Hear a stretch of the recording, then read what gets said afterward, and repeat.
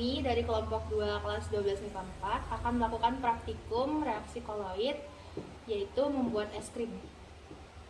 Perkenalkan, nama saya Dea Hoirunisa. Nama saya Priam Budi. Nama saya Muhammad Faruk Fauji. Nama saya David bin Firdaus. Nama saya Indah Felicia. Nama saya Muhammad Injar Rohdana.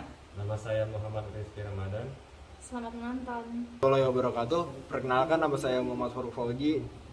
Di sini saya akan menjelaskan sifat koligatif larutan. Sifat koligatif larutan adalah sifat-sifat larutan yang tidak bergantung pada jenis zat terlarut, tetapi hanya bergantung pada konsentrasi partikel terlarutnya.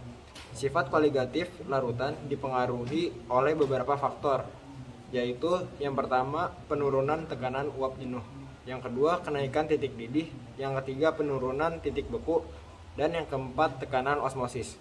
Assalamualaikum warahmatullahi wabarakatuh. Perkenalkan, nama saya Priam Budi. Pada kesempatan kali ini saya akan menjelaskan penurunan tekanan uap. Penurunan tekanan uap dapat diartikan sebagai berkurangnya tekanan uap pelarut murni karena pengaruh penambahan zat terlarut non volatil. Penurunan tekanan uap ditentukan dari selisih tekanan uap murni dan larutan. Semakin banyak zat terlarut, semakin rendah tekanan uap larutannya. Assalamualaikum warahmatullahi wabarakatuh. Nama saya Muhammad Rizky Ramadan. Saya akan menjelaskan tentang kenaikan titik didih. Kenaikan titik didih menggambarkan fenomena bahwa titik didih dari cairan akan lebih tinggi ketika senyawa lain ditambahkan, yang berarti bahwa larutan akan memiliki titik didih yang lebih tinggi daripada pelarut murninya. Garam mencairkan es pada dasarnya karena menambahkan garam menurunkan titik beku air. Air murni membeku pada 32 derajat Fahrenheit atau 0 derajat Celcius. Air dengan garam atau zat lain apapun di dalamnya akan membeku pada suhu yang lebih rendah. Seberapa rendah suhu ini akan tergantung pada agen di icing. Assalamualaikum warahmatullahi wabarakatuh. Nama saya Dea Hoirunisa. Di sini saya akan menjelaskan hubungan penurunan titik beku terhadap praktikum kami kali ini. Rumus penurunan titik beku adalah delta TF, yaitu sama dengan TF larutan dikurangi TF pelarut. Dari rumus kita bisa tahu bahwa semakin banyak zat terlarut atau molalitas, maka semakin besar pada penurunan titik bekunya. Nah, karena adanya garam, suhu air untuk membeku akan menurun menjadi di bawah 0 derajat Celcius, yang menyebabkan es tersebut mencair. Ketika es tersebut mencair, suhu pada es tersebut juga ikut menurun. Proses pembekuan suatu zat cair terjadi bila suhu diturunkan sehingga jarak antara partikel sedemikian dekat satu sama lain dan akhirnya bekerja gaya tarik-menarik antar molekul yang sangat kuat. Adanya partikel zat terlarut mengakibatkan proses pergerakan molekul pelarut terhalang. Akibatnya untuk dapat lebih mendekatkan jarak antar molekul diperlukan suhu lebih rendah. Jadi, titik beku larutan akan lebih rendah daripada titik beku pelarut murninya. Perbedaan titik beku akibat adanya partikel zat terlarut disebut penurunan titik beku atau delta TF. Penurunan titik beku larutan sebanding dengan hasil kali molalitas larutan dengan tetapan penurunan titik beku pelarut atau KF dinyatakan dengan persamaan delta TF sama dengan KF dikali M, yaitu yang mana M itu adalah molalitas, atau delta TF sama dengan KF dikali N dikali 1000 dibagi P, dengan N adalah jumlah mol zat pelarut dan P adalah massa zat pelarut. Air murni beku pada suhu 0 derajat Celcius dengan adanya zat terlarut, misalnya gula, ditambahkan ke dalam air, maka titik beku larutan ini turun di bawah 0 derajat Celcius. Ini yang dimaksud penurunan titik beku. Larutan akan memiliki titik beku lebih rendah dari pelarut murninya. Contoh, yaitu larutan garam dalam air memiliki titik beku yang lebih rendah dibanding pelarut murninya, yaitu air. Adonan es krim ditempatkan pada wadah yang terendam es batu dan air yang telah diberi garam dapur sambil diputar. Proses tersebut mengakibatkan adonan es krim membeku dengan titik beku beberapa derajat di bawah titik beku air murni. Ketika es dicampur garam, es mencair dan terlarut membentuk air garam serta menurunkan temperaturnya. Proses ini memerlukan panas dari luar. Campuran itu mendapat panas dari adonan es krim, maka hasilnya adalah es krim padat dan lezat yang siap dihidangkan. Warahmatullahi wabarakatuh. Nama saya David Junaid Daus. Di sini saya akan menjelaskan tentang osmosis dan tekanan osmotik pada praktikum kali ini. Yang pertama adalah osmosis. Apa itu osmosis? Osmosis itu adalah peristiwa difusi atau perpindahan pelarut dari suatu larut yang lebih encer atau pelarut murni ke larutan yang lebih pekat melalui membran semi-permeable yang hanya dapat ditembus oleh pelarut tersebut. Nah, perpindahan ini juga akan terus terjadi sehingga mencapainya kesetimbangan. Sedangkan dalam sistem osmosis dikenal dengan sebutan larutan hipertonik atau bisa disebut dengan larutan yang mempunyai konsentrasi terlalu tinggi. Nah, ada juga larutan hipotonik, yaitu larutan dengan konsentrasi terlalu rendah. Nah, dan larutan isotonik juga. Larutan isotonik juga artinya dua larutan yang mempunyai konsentrasi terlarut sama. Nah, dalam proses osmosis ini perpindahan molekul pelarut berpindah dari larutan hipotonik ke larutan hipertonik. Sedangkan yang dimaksud dengan tekanan osmotik adalah tekanan hidrostatik yang terbentuk dalam larutan yang lebih pekat saat osmosis terjadi.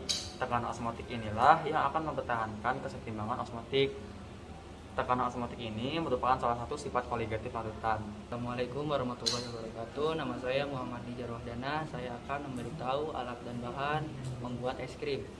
Di sini ada satu kotak susu, ada 2 es batu,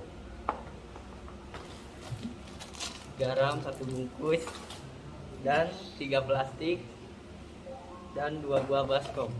Assalamualaikum warahmatullahi wabarakatuh. Perkenalkan, nama saya Indah Ferisya. Di sini saya akan menjelaskan tentang cara kerja pada praktek kali ini.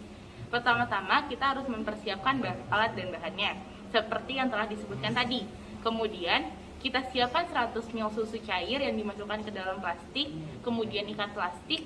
Lalu tahap kedua adalah siapkan wadah dan es batu, pecahkan es batu dan masukkan ke dalam baskom. Lalu campurkan garam kasar. Setelah itu kita masukkan susu yang telah selesai diikat dan dimasukkan ke dalam plastik tadi ke dalam air, batu es dan garam tadi. Kemudian kita aduk dan kita tunggu kurang lebih 15 menit sebelum terjadinya reaksi penurunan titik beku yang mengakibatkan susunya menjadi beku. Sekian, terima kasih. Lu harusnya plastiknya masuk ke Tahu nggak sih? atasnya.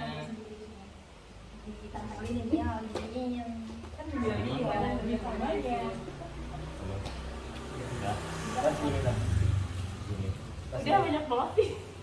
Nah, gue nggak tahu sekarang. Ya, sekarang lanjut orang kedua. Di sana.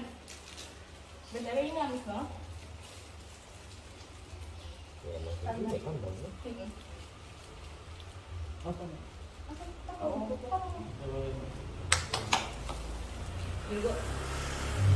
Orang ketiga.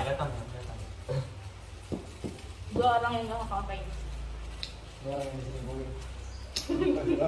Jangan dong. Kayak gini.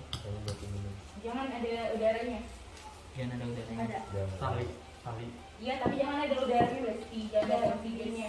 Oh. Dipasin nah tuh kayak pram. Oh. Ya, sekarang kita pecahin. Tar dulu. Sini. Gini. Iya, betul. Ya, Udah. Ide jajanan nih. Makan. pokoknya kayak gini. Iya, Ini yang mana? Garam. Nih. Oke, gua bagian ini aja.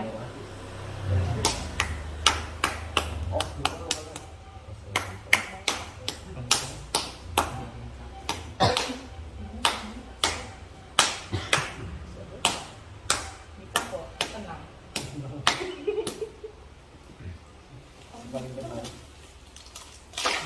Sekarang jago udah kok. Iya, orang di rumah bilang laki-laki. Lu tukang yang di depan rumah gue nggak? Oh, dingin. Udah rasa sedingin kesakian. Pelan tuh. Bentarnya sakit. Ya, emang sakit. Enggak dingin. Emang harus di- Oh, enggak juga. Ih, mah. Lupa. Betul yang angkat. Jangan jual lagi dong. Gimana Si ini? Iki aja yang dekat. Gimana ini? Jangan jual. Iya, astagfirullah. Udah dikumpulkan.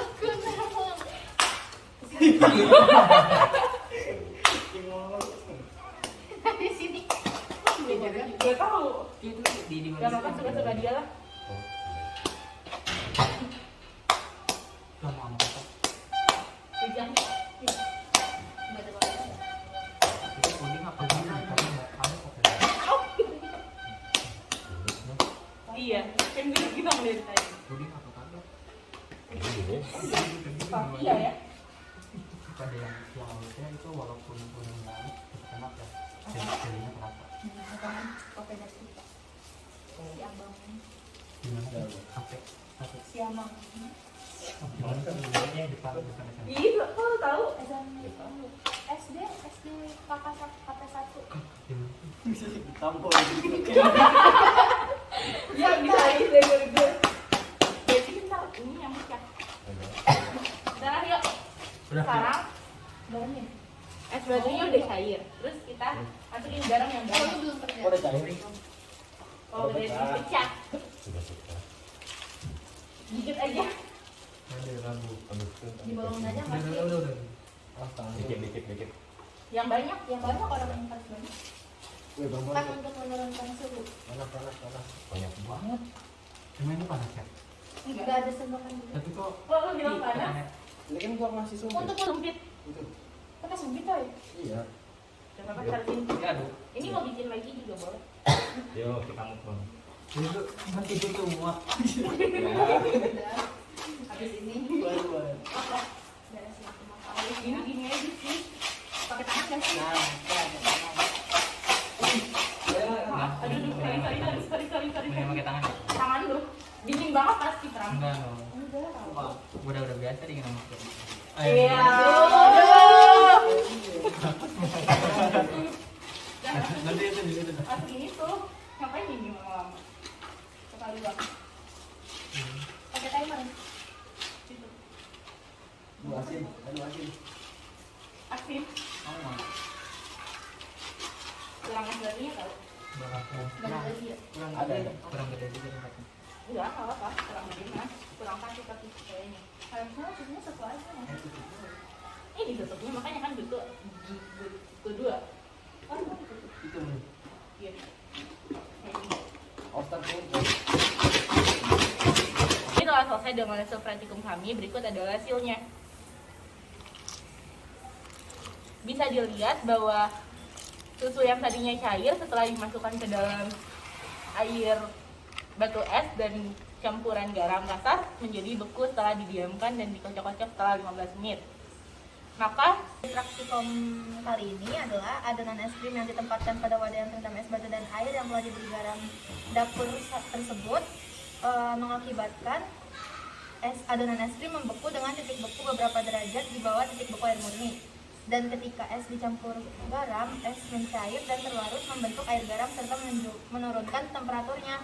Proses ini memerlukan panas dari luar. Campuran itu mendapat panas dari adonan es krim, maka hasilnya adalah es krim padat dan lezat yang siap dihidangkan. Sekian dari kami.